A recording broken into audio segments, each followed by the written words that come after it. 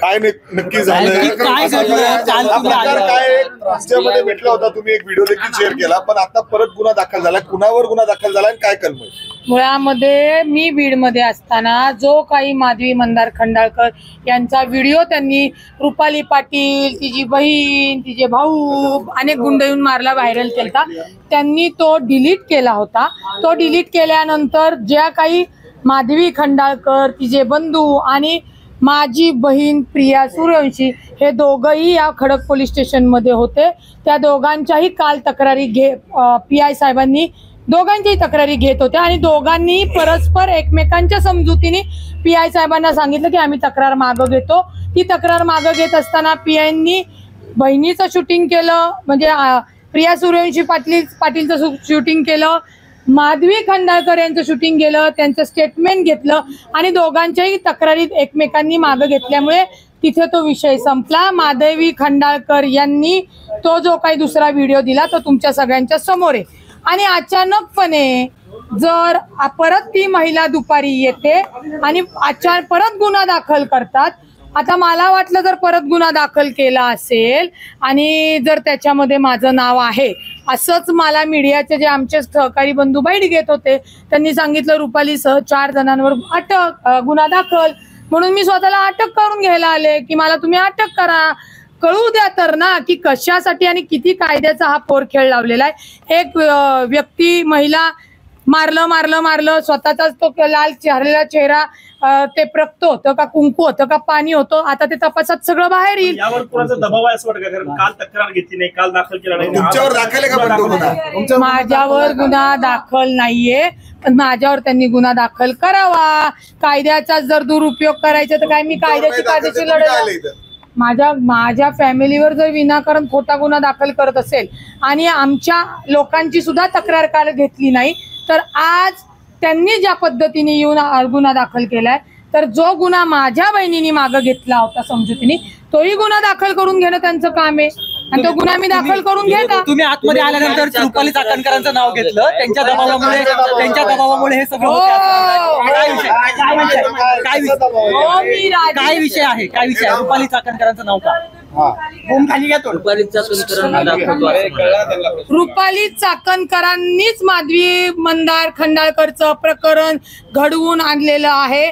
जी व्यक्ती तक्रार दोघी मागं घेतात कायद्याने, जिथे विषय संपलाय तिथे पुन्हा ती व्यक्ती येते आणि जर तक्रार अर्ज करत असेल कायद्याने काय त्याला महत्व आहे काय नाही ते कोर्टात होईल, परंतु हा पदावर असलेला गैरवापर आहे आणि तो चाकणकरांनी केलेला आहे. आणि म्हणून मी तिथे डायरेक्ट सांगितलं तुम्ही जर सत्तेमधल्या पदावर असलेल्या लोकांचा गैरवापर करून माझ्या फॅमिलीवर माझ्यावर जर ती टॅक्टिस वापरत असाल तर मी कायद्याने संविधानाने जी आमची तिची तक्रार घेतली आली, तिची तक्रार तिने नाही म्हणून सांगितली, माझी बहीण आली तिने तक्रार नाही म्हणून सांगितली, ती आली तिने तक्रार दिली, मग माझ्याही बहिणीची तक्रार घेणं क्रमप्राप्त आहे पोलिसांचं आणि ती तक्रार कालची जी होती त्याच पद्धतीने दाखल केलेली आहे. कसा संबंध आहे त्यांचा?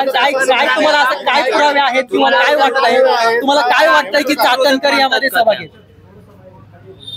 मी हो माझ्याच पक्षातले आहे आणि त्याच्याही पेक्षा हो तेच सांगतेय. राज्य महिला आयोग रुपाली चाकणकर 2019ला राष्ट्रवादी काँग्रेस पक्षाच्या शहर अध्यक्षा होत्या. त्यावेळी माधवी मंदार खंडाळकर, त्याच्यानंतर गौरी जाधव या त्यांच्या सोबत काम करणाऱ्या त्यांच्या सहकारी होत्या. हे जे त्यांचे महिलांना त्रास देणं, खोट्या व्हिडिओ तयार करणं, ह्या सगळ्या मॅन्युप्लेट करण्याच्या ज्या काही गोष्टी आहेत या चाकणकर खूप शिफारशीने करताना दिसले मला. आत्ताच्या ह्याच्यात विथ पुराव्यासह त्या सापडल्या. परंतु या गोष्टी सगळ्या होत असताना राष्ट्रवादी काँग्रेस पक्षाने रुपाली निलेश चाकणकरांना महिला आयोगावर एक चांगली संधी दिली, परंतु त्या संधीचं सोनं करण्यापेक्षा अशा पद्धतीने व्हिडिओ तयार करणे, प्रतिस्पर्धेच्या नावाने व्हिडिओ बदनामी करणे, त्यांच्या विरुद्ध गुन्हा दाखल करणे हे त्यांचं काम पुराव्यानिशी माझ्याकडे आहे. ते जरी असलं तरी आतापर्यंत त्यांनी ज्यांच्यावर काही या गोष्टी केल्या त्यांना कुठलाही लढा दिला नाही. त्यांची काही मजबुरी असेल, फायनान्शियल असेल, कौटुंबिक असेल जबाबदारी किंवा हा मानसिक त्रास सहन त्यांना होत नसेल, परंतु रुपाली पाटील ठोंबरेवर जर आता पुन्हा तिच्या घरच्यांवर हे गुन्हे दाखल करणार असेल तर चाकणकरांवर सुद्धा येणाऱ्या काळामध्ये हे गुन्हे दाखल झालेले तुम्हाला दिसतील.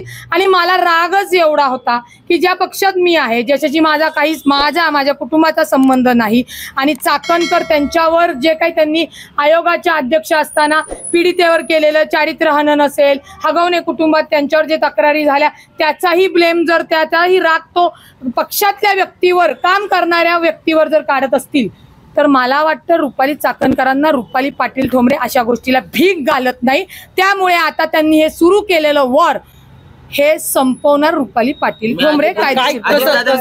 करणार का? मी याच्या आधी केलेत, एक लक्षात घ्या, तक्रारी म्हणजे माझी नव्हती, इतर महिलांनी केलेल्यात.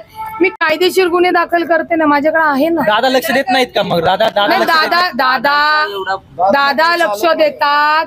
आता निर्णय घेण्याची वेळ प्रदेश अध्यक्ष जे आहेत सुनील तटकरे साहेब, आता ही जी काय माझी ही घडामोडी ही काय मी अजून पक्षापर्यंत पोहोचवलेली नाहीये, परंतु ज्या महिलांना आतापर्यंत त्रास देण्यात आलेला आहे त्यांच्या सगळ्या तक्रारी तिथं गेलेल्या आहेत. आता ते त्यांनी दखल घ्यावी म्हणून माझी दखल घेतली. तुम्ही आतमध्ये म्हणाले की राजीनामा देतो, मी राजीनामा देते, ट्विट करते, राजीनामा देते, मी ट्विट करून सांगते. आतमध्ये त्याच्यावेळी माझ्यासोबत TV9चे धायगुडे सोबत आलते. त्याच्यामुळे मला जो काही पक्षाच्या महत्वाच्या पदावर बसून पक्षातल्या राज्य महिला आयोगात जर अशा पद्धतीने वागत असतील तर मी त्या पक्षाचा राजीनामा देतील हे वक्तव्य मी केलेलं आहे. पण मी अजून राजीनामा दिलेला नाहीये, हे लक्षात घ्या. मी राज्य महिला आयोगाचा आता राजीनामा मागते. जे राज्य महिला आयोगावर काम करू शकत नाही, जे प्रदेश अध्यक्ष असून सुद्धा महिलांना पद काढून घेत असेल त्यांचा राजीनामा. चाकणकरांवर आरोप करताना तुम्ही पोलिसांवर पण आरोप करताय का? पोलीस अशा पद्धतीने दबावामुळे अशा पद्धतीने गुन्हा दाखल करतायत का? एक लक्षात घ्या, पुन्हा सांगते, ही घटना घडल्यानंतर तो व्हिडिओ आला, मी बीडमध्ये होते. तिची घटना काय होती की रुपाली पाटील आणि तिच्या भगिनी, मावशी, आत्या, काका, मामा, आजी सगळे येऊन मला मारतात. मी इथे होते का? तर मी नव्हते. इथंच पहिल्यांदा त्यांचं खोटं पकडलं गेलं. चाकणकर खंडाळकराला सांगायला विसरले असतील की रुपाली पाटील ठोंबरे पुण्यात नाहीये, तू हे उद्या कर. त्याच्यामुळे तो डाव फसला. तो फसल्यानंतर तिच्या फॅमिलीतले म्हणजे मंदार खंडाळकर यांच्या फॅमिलीतले रणधीर हे सगळी फॅमिली आली आणि त्यांनी मी काल नसताना इथे दोन्ही परिवारांनी परस्पराच्या संमतीने कोणाचाही दबाव नसताना गुन्हा मागं घ्यायचं म्हणून ठरवलं.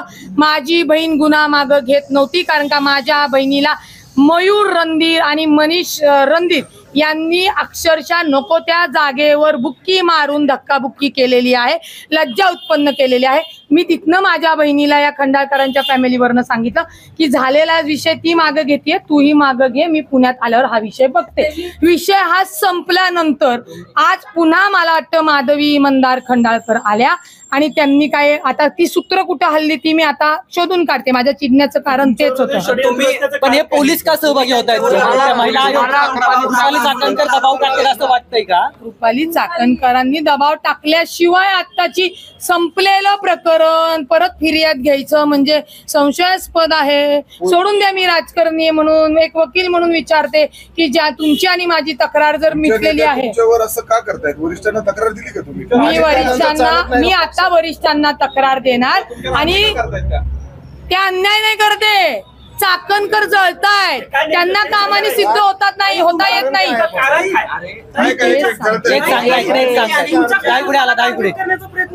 लक्षात घ्या, काल डॉक्टर संपदा मुंडे या पीडिताच्या कुटुंबाला जे राज्य आयोग महिलांनी भेटायला जायचं होतं ते न जाता त्यांनी त्यांचं चारित्र्यहनन केलं. संपूर्ण महाराष्ट्रातनं त्यांच्यावरती टीका झाली आणि मी तिथं गेले आणि माझ्याकडे त्या लोकांनी ज्या पद्धतीने तक्रार केली ती तक्रार थेट अजितदादांपर्यंत पोहोचवली. याचा प्रचंड राग चाकणकरांना आलेला आहे आणि मग त्यांनी दाखवलं, कारण का त्यांचं याच्या आधीचं स्टेटमेंट आहे की मी याची विकेट काढली, मी त्याची विकेट काढली, आता मी यांची काढते. तर त्यांना मला तुमच्या माध्यमातून सांगायचं, विकेट काढणं एवढं सोपं नाही चाकणकर बाई. आता थेट गाठ तुमची माझ्याशी आहे. मी इतके दिवस बोलले नव्हते, सुरुवात तुम्ही केली आहे, याचा शेवट रुपाली आता काय पाटील मागणी आहे तुमची? काय नाही, माझी तर त्यांची राजीनाम्याची मागणी आहे ती आहेच आहे. आणि माझी बदनामी केली, माझ्या कुटुंबाची जी काही बदनामी केली त्याच्याविषयी जी कायदेशीर लढा किंवा जी तक्रार करायची ना ती मी पुढे आता करेन. खंडाळकरांवर तुम्ही दबाव टाकला आणि तो कुठून? माफीनाम्याचा व्हिडिओ बनवायला लावला असा कुठून? त्यांचा आरोप आहे. मी रात्री 2 वाजता आले आणि कुठून दबाव टाकला? मी नसताना मी त्यांना धमकवलं, मी मारलं. मग मी म्हणले ना काल माझ्या लाईव्ह मध्ये की माझ्या आत्म्याने मारलं का? बर, पहिला व्हिडिओ आला, दुसरा व्हिडिओ आला, दबाव कुठून टाकला? उचलली जीभ लावली. आधी चाकणकरांना म्हण ज्या पदावर आहे ना.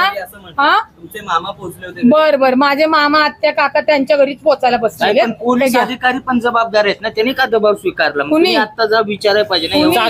चाकणकरांनी हे सगळं केलं असं आपलं म्हणणं आहे ना. तक्रार घेतली, मग पोलिसांना हे याचा जाब- माझं म्हणणं आहे. हा. मी पोलिसांना त्याचा जाब विचारलेला आहे. हा.